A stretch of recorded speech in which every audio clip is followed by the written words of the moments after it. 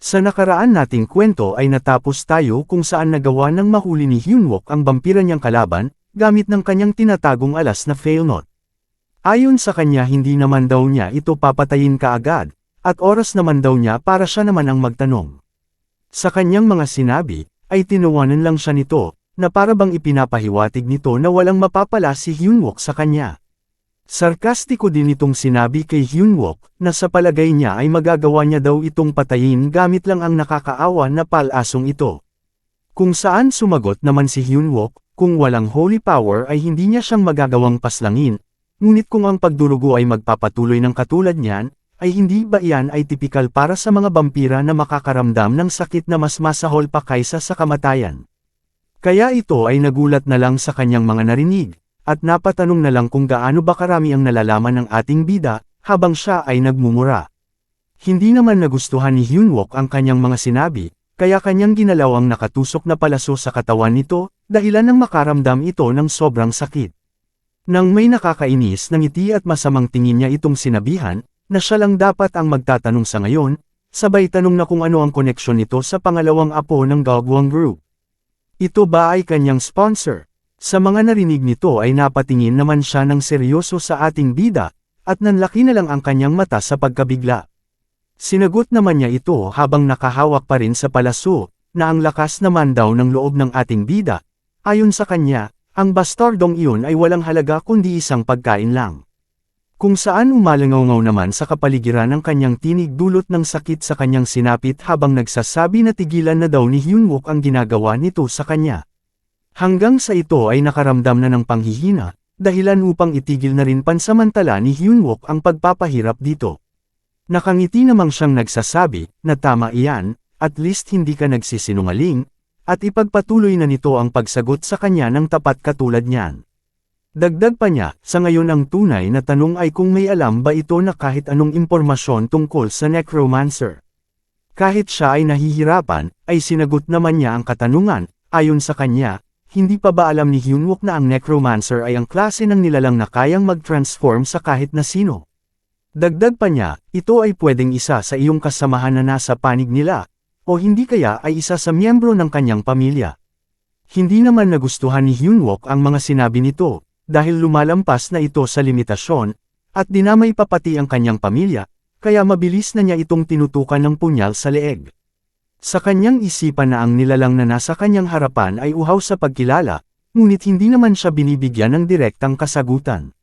Dahil doon ay kanya na itong tinanong kung hindi pa ba talaga nitong nakita ang necromancer. Kung saan nagulat naman siya sa tanong ng ating bida, at hindi na nakapagsalita. Kanya rin itong tinawag na isang talunan, ayon sa kanya, kung ito ay nagiging maingat tulad ng necromancer, at kahit na ang necromancer ay merong subordinate na katulad nito, ay hindi pa rin ito ipapakita ang sarili maging ang mga intensyon nito, habang ang ahas ay unti-unti namang bumabalik ang kamalayan. At seryoso niya itong tinanong kung ano ang tunay na pagkakilanlan nito, habang siya ay nagsasalita ay tahimik lang siyang pinagmamasdan ng ahas na nasa kanyang likuran.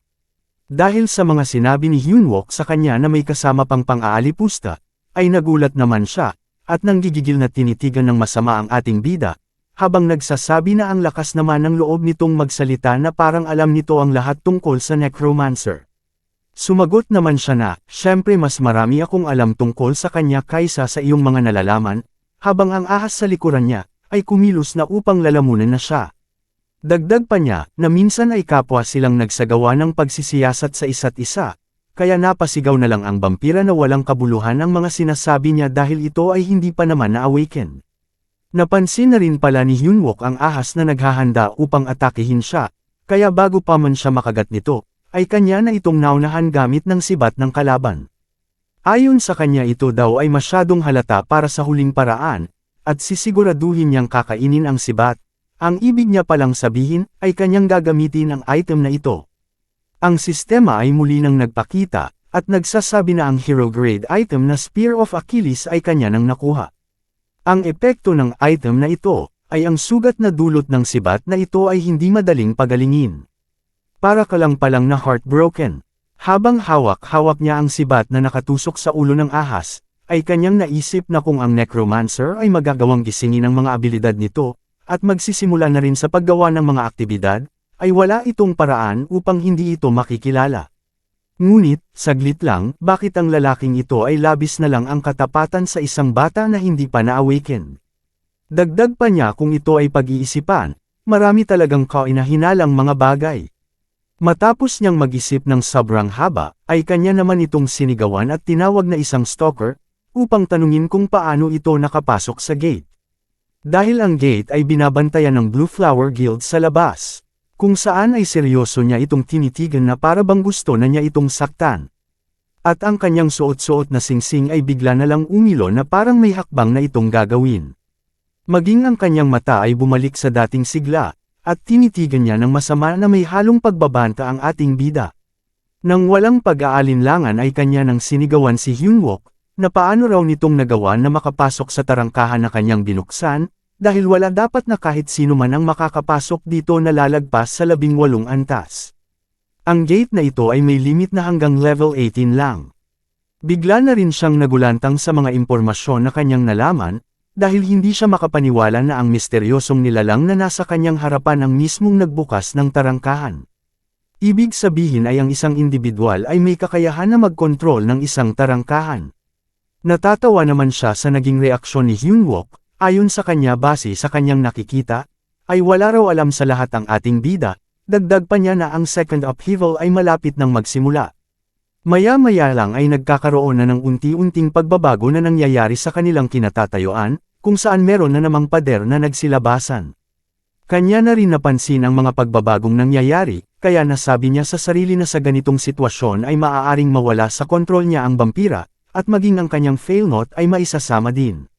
Kaya habang may oras pa ay kaagad na siyang kumilos at kanya nang hinuhugot ang kanyang failnote.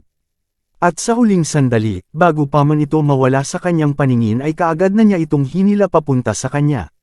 Pagkatapos ay ang pulang sistema ay nagpakita na rin sa kanya, katulad din sa nangyari sa kanyang mga kasama. Sa kanyang nakita ay labis na lang ang kanyang pagtataka, kung ano ang ibig sabihin ng lumitaw na zombie castle. Napatanong naman siya sa kanyang isipan kung ito na ba ang sinasabi ng misteryosong nilalang na second upheaval. Tuluyan na rin siyang nakalaya, at natutuwa niyang sinasabi sa ating bida kahit hindi na sila nagkikita, na sa oras matapos ang second upheaval ay makikita nila ang kanyang tunay na pagkumpleto ng kanyang pulang tarangkahan. At, mararanasan nila ang nakakatakot na mundo na siya mismo ang gumawa at nagdisenyo, at ang maitim na usok ay nagtitipon-tipon na dito. Sa lugar naman nila Junmo ay nagawa naman nilang makaligtas sa humahabol sa kanila, at nakahanap na rin ng pansamantalang mapagtataguan. Dahil wala namang nakikita ang mga zombie, ay nagagawa naman nilang magtago kung saan, basta hindi lang sila makakagawa ng kahit anong ingay. Silang dalawa naman ay nagtataka sa kanilang nakita sa itaas ng kanilang pinagtataguan, na tatlong misteryosong bagay na unti-unting lumalabas. Hanggang ito ay nagiging mukhang lagayan na may hugis ng isang kwago. Si Junmo naman ay nagtataka sa kanyang nakikita, at bakas sa kanyang mukha ang pagkabahala. Kaya naman pala, ang Zombie King ay dumating na sa loob ng palasyo nito kung saan sila ngayon ay nagtatago. Sa pagdating nito ay kaagad niyang nilapitan ang tatlong misteryosong bagay na kanilang namataan. Ramdam ang malakas na presensya ng Zombie King, na bigla na lang sumulpat mula sa itaas ng kanilang pinagtataguan, ay nakaramdam naman sila ng matinding pangangamba. Gamit ang taglay nitong kapangyarihan, ay mabilis na nitong kinuha ang bagay na nilapitan nito, at ito ay walang iba kundi ay isang pares ng mata na kanyang gagamitin para ito ay makakita. Sa ginawa nito ay nagkakaroon din ito ng epekto sa iba pang zombie na nasa nasasakupan nito. At ang mga mata nito ay nagkakaroon na ng liwanag na kulay lila, senyales na lalo pa itong magdudulot ng pagkabahala sa pangkat ng ating bida. Hanggang sa silang lahat ay sabay-sabay ng tumungala, habang nagkakaroon na ng liwanag na lumalabas sa kanilang mga mata. At ang sistema ay muli na namang nagpakita upang magbigay ng babala, sa pagbaba ng Zombie King na si Baron Samedi, na may kakayahang kontrolin ang buhay, kamatayan, at ang muling pagkabuhay. Sigaw ng misteryosong nilalang sa kanya, na pagmasdan niya ang tunay na anyo ng Zombie King.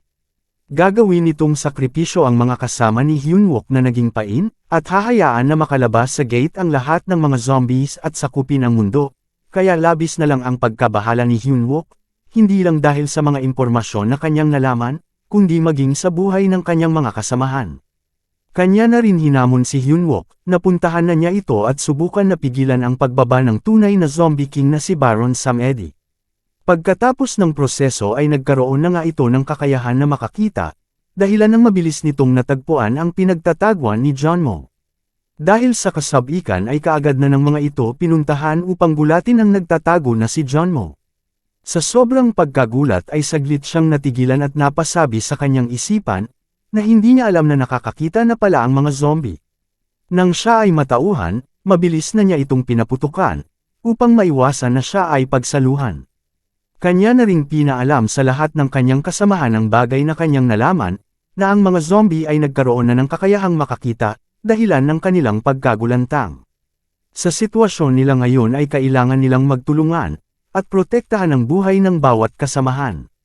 Umabot na rin sa Zombie King ang ingay na dulot ng baril, dahilan ng paglingon niya sa direksyon ng may nagpuputukan. Mula sa malayo ay kanyang natatanaw ang sundalo na nagpapaputok ng kanyang baril, kaya inihahanda na niya ang kanyang sandata, na parang matulis na latigo na gawa sa metal. Pagkalipas ng ilang sandali ay mabilis na niya itong pinakawalan, na parang mga ahas na nagwawala, at ang lahat ng madaanan nito ay kaagad na nasisira. Hanggang sa ito ay umabot na kay Jeonmo, at sa bilis ng pangyayari ay huli na ng kanya itong makita, kaya siya ay napanganga na lang sa labis na pagkabahala. Subalit bago pa man tumama sa kanya ang mga bakal na latigo, ay may naghagis naman ng granada sa paanan ng zombing lumalapit sa kanya. Kasabay ng pagsabog ay ang pagkakaligtas rin ng kanyang buhay, kung saan mabilis siyang nakayuko at naiwasan ang kapahamakan. Mabilis na rumespondi si An Mintay at isa pa nilang kasama, upang siya ay tulungan habang tinatawag ang kanyang pangalan. Kaagad niya namang pinagsabihan ang dalawa kung ano ang kanilang ginagawa, dahil sinabihan na niya ang mga ito na umalis na sila dito. Sumagot naman si An Mintay na hindi nila magagawang manatili ng matagal. Habang silang dalawa ay nag-uusap, patuloy naman sa pagbibigay ng suporta ang isa nilang kasama, upang hindi kaagad makalapit ang mga zombie sa kanila. Ang kanilang ginagawa ay pinagmamasdan naman ng Zombie King, at ang ibang mga bala ay dumadaan lang sa kanya. Napuno ng ingay ang paligid dulot ng sunod-sunod na pagsabog, at putok ng baril mula sa mga sundalong pilit na lumalaban para sa kanilang kaligtasan. Dagdag pa ni An Mintay na wala silang lakas ng loob na patayin ang kanilang kasama, kung sakaling ito ay magiging zombie na rin. Kahit sa kabila ng hindi nauubos na mga kalaban, ay hindi nila hahayaan na may kahit isa man lang sa kanila ang maiiwan, at mapahamak na hindi man lang tinutulungan. Dahil sa simula't umpisa ay sila na ang laging magkasama, sa bawat laban na kinakaharap nila, ay handa silang protektahan ang bawat isa. Kaya kanila nang tinawag si Jeonmo papalapit sa kanila, dahil para sa mga ito, kung sakaling sila man ay hindi na makakaligtas dito, ay mamamatay silang magkakasama. Dahil sa ginagawa ng kanyang mga kasama, ay natigilan naman siya ng bahagya, at hindi na nakapagsalita. Maya-maya lang ay hininto na niya ang kanyang kadramahan, at tumakbo na papaalis sa kanyang kinatatayuan, habang tinatawag ang lahat ng kanyang kasamahan na sila ay umatras muna. Upang mabilis na makaalis ay inutos na niya na itapon na lahat ng natitirang granada, dahilan ng sunod-sunod na pagsabog sa lugar. At ang babala ay muli na namang nagpakita, sa pagkakompleto ng Nadeko, ang palasyo ng Zombie King ay nagresulta ng pagtaas ng restriction ng tarangkahan, mula level 18, ngayon ay naging level 30 na ang entry limit.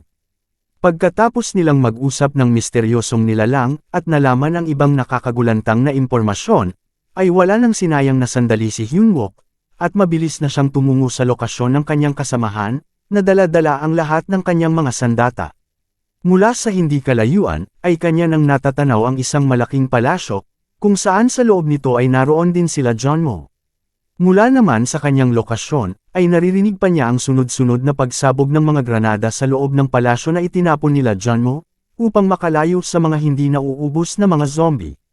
Habang siya ay tumatakbo, kanyang naalala ang pag-uusap nila ni Jeonmo, kung saan kanyang sinabi dito na kung sumabog na ang Claymore, ibig sabihin ay ginamit na niya ang kanyang huling baraha. Kaya dapat nitong siguraduhan na tipunin ang lahat ng miyembro ng kanilang squad at magtago. Dagdag pa niya na kung sakaling hindi man siya makabalik, ang dapat na mamumuno sa squad ay Hindi na niya natapos ang gusto niyang sabihin, dahil sumingit na si John Mo na ito ay maghihintay, dahilan ng kanyang pagkabigla. Nang may masayang ekspresyon, ay sinabi ni John Mo sa kanya na siya ay maghihintay kasama ng iba pa, kaya dapat nitong siguraduhan na makakabalik siya ng buhay. Kung saan ay napatitig naman siya ng may pagtataka, sa mga itinura ni John Mo sa kanya. Maya-maya lang ay napangiti na rin siya, dahil hanggang sa huli ay malaki pa rin ang tiwala ng kanyang mga kasama sa kanya. Dahil dito ay masaya rin siyang tumugon na, okay, babalik siya, kaya dapat na maghintay lang sila sa kanya. Nang malapit na siya sa palasyo, ay nagulat naman siya sa kanyang mga nakita na nasa kanyang harapan. Ramdam ang kanyang presensya kahit na nasa labas pa siya, ay sinalubong naman siya ng mga alagad ng Zombie King. Kung saan bumungad sa kanya ang napakaraming zombie, na nakaharang sa kanyang daraanan papasok sa kaharian. Sa kanyang pagkainis dahil sa mga mapangahas na humaharang sa kanyang daraanan, ay kanya nang hinawakan ang sibat na nakuha niya sa kanyang nakalaban. Sa kanyang paghawak nito, ay lumabas naman ang kanyang sistema upang magbigay sa kanya ng babala, na ang mana na kailangan sa paggamit nito ay aabot sa 21%. Ngunit dahil siya ay nagmamadali, kaya hindi na siya nag-atubili na ito ay gamitin, at ang itim na enerhiya ay lumalabas na. Nukulat talaga ang kanyang sistema, pinipilit pa rin ang kanyang babala, kahit alam naman niyang nagmamadali na ang ating bida. Maging ang mga zombie ay tumatakbo na rin papunta sa kanya para umatake, ito na naman ang sistema, sobrang kulit talaga, gusto talagang pigilan ang ating bida. Parang magno-marathon lang ang mga zombie na ito, mag-uunahan kung sino ang mananalo, puro naman kalbo. Dahil naman sa paulit-ulit na pangungulit ng kanyang sistema, si Hyunwook ay naiinis na, kaya ito ay kanya nang pinapatahimik, dahil alam naman niya na kailangan niya talagang gumastos ng napakalaking mana, para matapos kaagad ng sabay-sabay ang mga kalaban na papalapit na sa kanya, sa isang bagsakan lang. Sumigaw na siya ng malakas upang ipalabas na ang kanyang buong lakas sa pag-atake na para bang wala ng bukas, dahil kanyang ipinangako na kahit anuman ang mangyari ay babalikan niya ang kanyang mga kasama. At sa lakas ng puwersang kanyang pinakawalan, ang mga alikabok ay nagsibaklasan, at nabulabog rin ang lahat kahit ito ay medyo may kalayuan, habang hindi pa natin nalalaman ang kanilang naging kalagayan. Maging ang mga nasa loob ng palasyo ay nakaramdam din dito, kaya kanilang tinitigan ang direksyon ng pinagsabugan. At ang Zombie King ay natigilan naman sa kanyang ginagawa, at nakasimangot na pinapakiramdaman ang mga naging kaganapan. Maya-maya lang ay may lumabas na naman na isang pulang sistema, na nagpapahiwatig na ang Advent ritual na ginagawa para sa Zombie King na si Baron Sam Eddy ay nag-ambala. Ang sistemang ito ay lumabas sa harap mismo ng Zombie King, kaya naman pala ito ay nakasimangot. Pagtingin niya sa misteryosong bagay ay bigla siyang nagtaka kung saan ito nagpunta, dahil bigla na lang ito nawala. Kung saan ay galit niyang nilingan ang kanyang likuran, upang tignan kung sino ang mapangahas na gumambala sa kanyang ginagawa. At ang dahilan ay isa sa mga kasamahan ni John Mo na kanina pang nagtatago malapit sa lugar na ito, kaya ang kanyang kasama ay nagtataka sa kanyang ginagawa, at nagtanong kung bakit niya ito kinuha at dinala. Sumagot naman siya na hindi niya rin alam, ngunit sa palagay niya na ang bagay na ito ay importante. Private Kim Hyungjin, kanya lang naman pinatunayan na may silbi rin ang kanyang kakayahan sa pagiging kawatan. Sa kanyang ginawa ay mabilis naman siyang hinabol ng mga zombie upang bawiin ang kanyang kinuha. Dahil sa taglay na bilis at liksi ng mga zombie, ay mabilis naman siyang naabutan at malapit na siyang mahawakan. Subalit kaagad naman siyang tinulungan ng kanyang kasamahan, at pinagbabaril ang mga humahabol sa kanya. Mabilis na dumating sa eksena sina John Mo, upang magbigay ng suporta habang meron ding naglalagay ng mga bomba. Hanggang sa ito ay natapos na sa kanyang ginagawa, sinabi na ang lahat ng bomba ay handa na. Sumigaw na si John Mo kay Anmintay na itaas na ang kanyang depensa para silang lahat ay maprotektahan. Kung saan ay kaagad naman niya itong tinugunan, at lahat sila ay nagtago sa likod ng kanyang kalasag. Samantala ang mga zombie ay tuloy-tuloy lang sa paglapit sa kanilang kinaroroonan, habang ito ay kanila lang pinagmamasdan. Hanggang sa ito ay tuluyan ng nakalapit sa lokasyon kung nasaan ang mga bomba, na malapit din sa kanila. At ito ay kanila nang pinasabog, kaya ang mga zombie ay nagkalasog-lasog, na para bang inihaw na nasunog. Maging sila ay inabot rin ng apoy na mapaminsala, ngunit dahil sa kalasag ni Anmintay ay nakaligtas pa rin sila. Sa lakas ng pagsabog ay nagdulot ito ng pagkawasak ng mga gusaling natamaan, at ito ay unti-unti nang bumabagsak sa kanila. Hindi pa dito nagtatapos dahil tuloy-tuloy lang ang mga malalakas na pagsabog, hanggang sa ito ay magdulot na ng napakalaking pinsala, at ang mga malalaking tipak ng bato ay tumitilapon ng malayo sa labas ng palasyo. Pagkatapos ng ilang sandali, ang mga zombie na humahabol sa kanila ay wala nang natira, at lahat sila ay nagmistulang durog na lupa. Maging sila Junmo ay hindi rin nakawala, at lahat sila ay nakadapa na sa lupa, dulot ng mga nagsibagsakan na bahagi ng gusali. Maya-maya lang ay unti-unti nang tumatayo si Junmo, at tinawag ang atensyon ng lahat kung buhay pa ba ang mga ito. Kung saan ay mabilis naman silang tumugon na sila ay ayos lang, habang mabilis na tumatayo. Sa kanilang pagtayo ay itinaas kaagad nila ang kanilang depensa, ngunit kanilang napansin na ang lahat ng maaaring daanan ng zombie ay naging sarado. At kanila ring napagtanto na maging sila ay nakulong na rin sa lugar na ito, kaya nagtanong ang isa na kung ano na ang kanilang gagawin, dahil hindi magtatagal ay mauubusan din sila ng oxygen. Subalit habang sila ay nag-iisip, naramdaman naman nila ang malakas na tunog, at sa kanilang paglingon dito ay kanila nang nakita na ang pader sa kanilang kinaroroonan ay unti-unti nang nabibitak. Pagkalipas ng ilang sandali, ay tuluyan nang nakalusot dito ang malaking bakal na letigo ng Zombie King, kaya ang lahat ay sinabihan ni Junmo na ibaba ang kanilang mga ulo. Hanggang nawasak na ng tuluyan ang pader, at ang mga galamay ng Zombie King ay nagwawala sa lugar na kinalalagyan ng nila Junmo. Silang lahat ay natataranta, at labis na nangangamba na baka sila ay mahagip ng mga nagwawalang galamay ng Zombie King.